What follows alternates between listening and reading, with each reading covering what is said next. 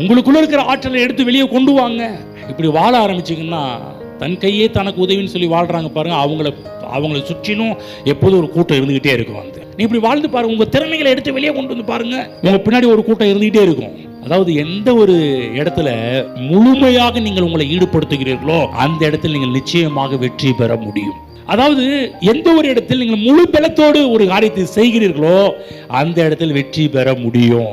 அன்றைக்கு நேரத்தில் பாருங்க, வேலையை எடுத்துங்க, வேலை செய்யும் போது அறமானதோடு செய்வாங்க. நான் சொல்றேன், நீங்க எந்த இடத்துல இருந்தாலும் எந்த ஒரு காரியத்தை செய்தாலும் முழு மனதோடும் முழு பலத்தோடும் செய்ய பழகி கொள்ளுங்கள். அறகுறையா செய்யாதீங்க. கவனமா கேளுங்க தேவ பிள்ளை. நீங்களும் எந்த ஒரு இடத்துல இருந்தாலும் எந்த ஒரு காரியம் செய்தாலும், படிப்பா இருக்கட்டும், நீங்க எந்த இடத்துல நீங்க பிசினஸ் பண்ணாலும் எந்த இடத்துல வேலை செஞ்சாலும் அந்த வேலையை முழு மனதோடு செய்து பாருங்க.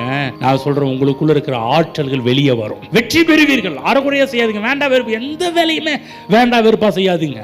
அந்த வேலையில உங்க திறமையை அப்ளை பண்ணுங்க, உங்க திறமையை கொண்டு வாங்க, முழு மனதா செய்யுங்க, மன நிறைவோடு செய்யுங்க. அரை மனதா செய்யக்கூடாது. அப்படி செய்ய ஆரம்பிச்சீங்கன்னா அந்த துறையவே உங்க பக்கம், உங்க கண்ட்ரோலுக்கு கொண்டு வரலாம். எல்லாருடைய கவனத்தையும் உங்க பக்கம் இழுக்கலாங்க.